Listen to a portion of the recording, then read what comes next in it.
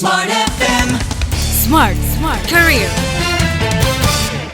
Smart listeners, dalam aktivitas bekerja sehari-hari pastinya kita ketemu banyak rekanan bekerja dan bahkan kayaknya rekan-rekan kerja ini jadi seperti keluarga gitu ya, keluarga baru sehingga semakin dekat semakin mudah menyakiti katanya sih gitu ya, sehingga banyak sering ditemukan kegiatan-kegiatan ataupun hal-hal yang kurang enak didengar, yaitu bullying, smart listeners, yang juga ini semakin marak di-up di berbagai sosial media dan menjadi viral. Lantas seperti apa sih kita harus menyikapi bullying-bullying yang ada di sekitar kita, khususnya di lingkup pekerjaan? Kita akan membahas dalam podcast Smart Career kali ini bersama dengan pakarnya nih ya, yang sudah berpengalaman juga di dunia HR, ada Pak Antoni Diomartin. Hai Pak Antoni. Hai Mbak Audrey, thank you banget udah diundang di acara podcast Karir kali ini. Yes, kita ngomongin satu hal yang kayaknya ini di semua tempat, bullying. Tidak hanya di sekolah, terus juga bahkan di keluarga, ini di tempat kerja juga. Kemarin banyak banget hal-hal viral yang kok ada ya seperti itu gitu ya, Pak Antoni. Padahal kan kalau kita ngomongin tentang lingkup pekerjaan, ini adalah waktu yang cukup besar kita habiskan sehari-hari, bahkan lebih lama daripada di rumah gitu ya. Persis. Memang setinggi itukah tingkat bullying di tengah lingkup pekerjaan, Pak Antoni? Iya.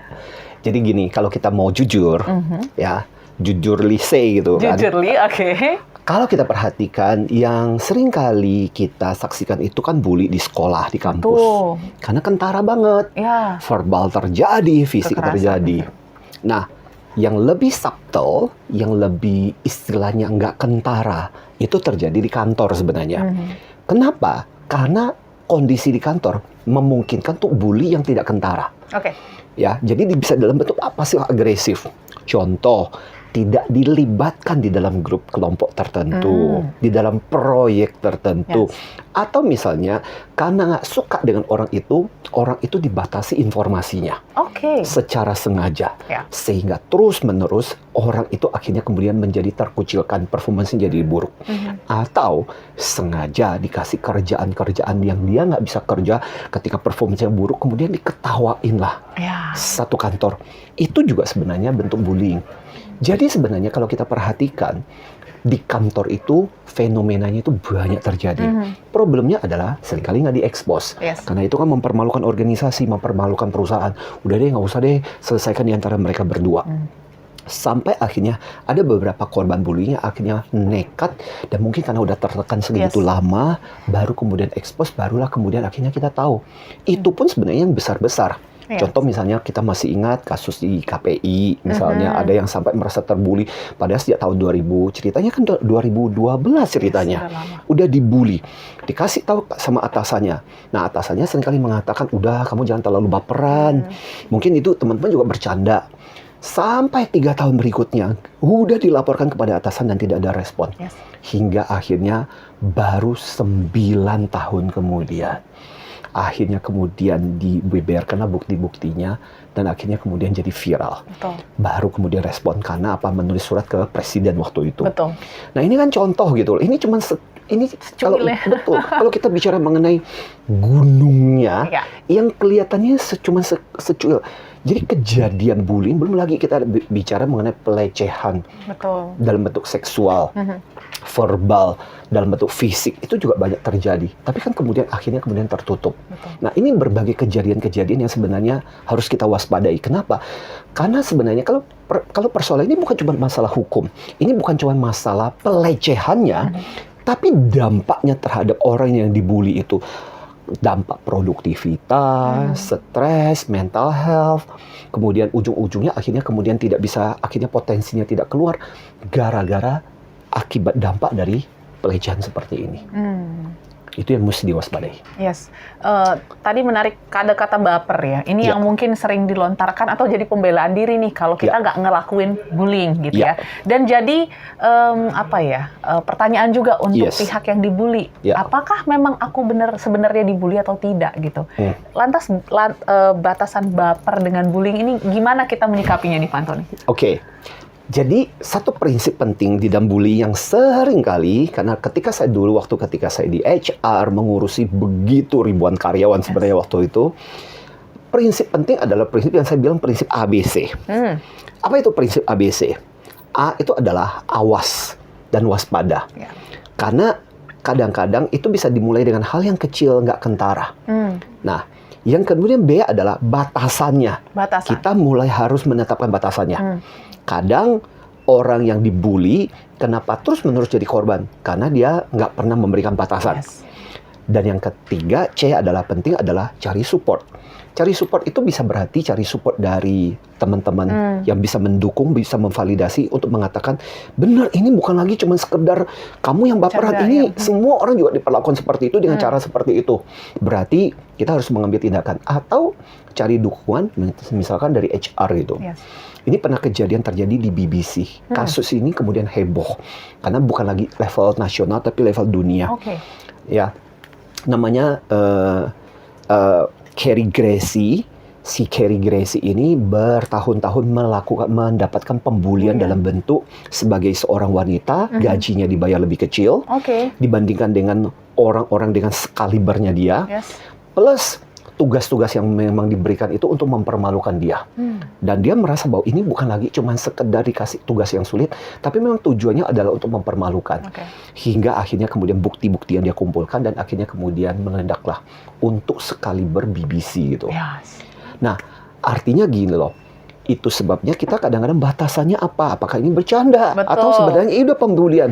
Balik lagi sebenarnya paling mudah adalah kembali kepada intensi orang yang melakukan itu. Kalau misalnya seorang atasan kasih tugas sulit, kalau intensinya untuk mengembangkan, maka kita tidak mengatakan dia membuli. Betul. Ya, Anda aja yang terlalu baperan merasa bahwa itu membuli Anda gitu. Ya, berarti karena tujuan dia sebenarnya mau mengembangkan Bagus. Anda. Tapi kalau tujuan si bos kasih tugas sulit adalah biar tahu rasa, nanti nggak bisa, seluruh kantor akan tahu bahwa kamu tuh goblok, kamu tuh nggak bisa melakukan pekerjaan, maka kita mengatakan itu adalah bagian dari bentuk pembulian. Jadi sebenarnya ini yang agak sulit sebenarnya. Yes. Balik lagi kepada apa sebenarnya yang menjadi intensi si pelaku. Ya. Dan itu kita sendiri yang paham ya Pak Antoni ya, Betul. bagaimana batasan ataupun intensi Yes. orang-orang tersebut gitu ya, Ya. dalam mungkin melontarkan kata-kata ataupun memperlakukan kita. Betul. Seperti itu. Dan juga sangat penting adalah batasan yang kita buat. Oke. Artinya gini, ketika kita merasa bahwa apa yang dilakukan itu udah kelewat batas, ngomong. Banyak pembuli terus-menerus dibully, terutama di kantor, karena nggak pernah bersuara. Misalnya contoh, pembulian dalam bentuk seksual misalnya. Yes. Baik kata-kata maupun secara fisik.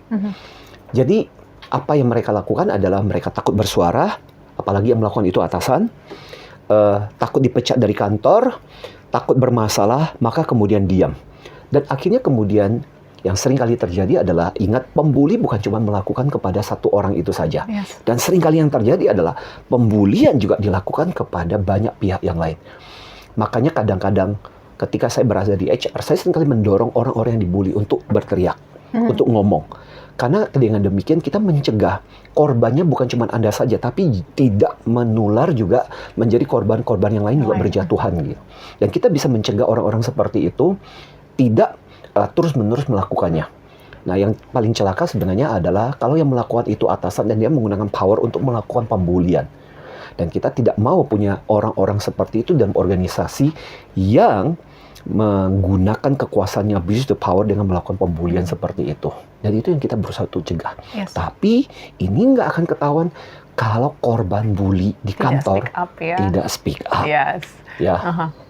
Yes. Dan ini tidak akan ataupun juga terselesaikan dengan baik jika kita juga menganggap ini kayaknya aku aja yang baper gitu. Kadang kan ada perasaan-perasaan yang itu sebenarnya harusnya dihilangkan ya, Pak. Betul banget, dan itu seringkali excuse yang dimiliki oleh korban bully. Betul. Merasa, kenapa ya aku perlu mempermasalahkan ini atau enggak ya? Apakah cuman aku yang baper ataukah aku yang cuman terlalu perasa, sensi aja dengan gara-gara seperti ini? Memang juga sih sebenarnya ini juga catatan ya buat para teman-teman terutama yang milenial nih, yang kadang-kadang bisa terjadi drama gitu ya. Sedikit-sedikit aku kayaknya dibully sama atasanku, kayaknya aku dibully sama rekanku. Mungkin maksudnya bukan untuk membuli. Jadi jangan terlalu GR banget gitu. Bisa jadi sebenarnya mereka cuma bercanda gitu. Tapi balik lagi, sebenarnya kalau kita kembali kepada ranah hukum, karyawan pun sebenarnya hal ini sebenarnya sudah dilindungi sejak aturan tenaga kerja tahun 2003 loh. Oke. Ya, jadi sebenarnya ini adalah sesuatu yang secara kekuatan Anda bisa memperkarakan ini.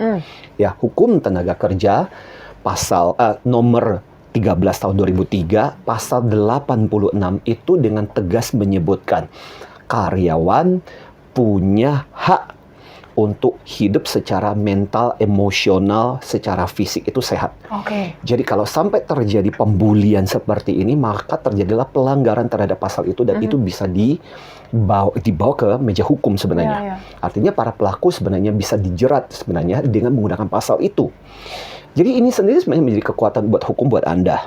Nah, sekali lagi batasan, kembali lagi kepada diri kita. Memang kita tidak perlu baperan sih gitu. Makanya sangat penting juga kadang-kadang ketika kita merasakan seperti itu dan melewati batas kita, pertama-tama adalah ngomonglah, bicara dengan yang pelakunya.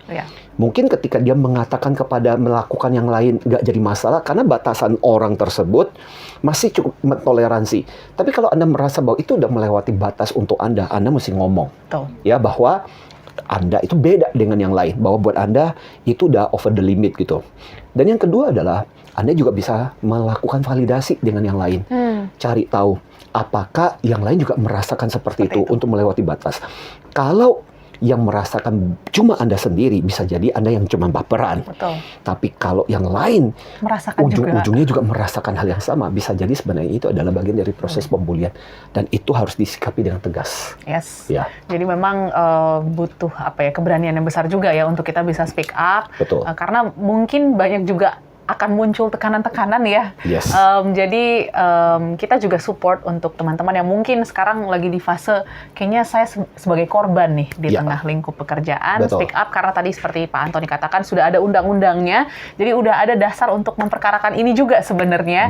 Jadi jangan kita nggak pengen ada kasus-kasus lagi ya terbongkar 9 tahun bahkan sampai yang ujung-ujungnya akhirnya nggak kuat dan akhirnya mengakhiri kehidupannya. Ini yang dan banyak kejadian seperti itu kan di tempat kerja, di tempat ketika dia harus berkarya, tidak mengalami stres dan bisa total dan bisa mengembangkan hidupnya, malah mengalami hal seperti itu. Yang paling sederhana adalah stres, mental health bermasalah, atau yaitu ujung-ujungnya sampai kemudian harus mengakhiri hidupnya, kan kasihan banget gitu. Dan ini catatan juga untuk para HR dan juga pastinya perusahaan untuk bisa mengontrol lah ya Pak Antoni ya kasus-kasus seperti ini sehingga tidak terjadi di kemudian hari. Dan yang pasti say no to bullying, kita juga refleksi nih jadinya ya, apakah selama ini kita melontarkan sikap-sikap ataupun perkataan bullying kepada teman-teman rekan kerja kita. Jadi next time kita akan bahas topik-topik lain ya Pak Antoni ya. Kayaknya Pak Antoni cukup jago juga nih ngomongin sedikit tentang ranah-ranah hukum ya. Jadi listeners, kalau ada ide topik ataupun juga saran hal-hal seru apa sih yang bisa kita bahas di Smart Career ya, boleh juga komen di YouTube kami, silakan, dan kita akan ketemu di episode berikutnya. Sampai jumpa. Smart FM, Smart Career. Make your future better.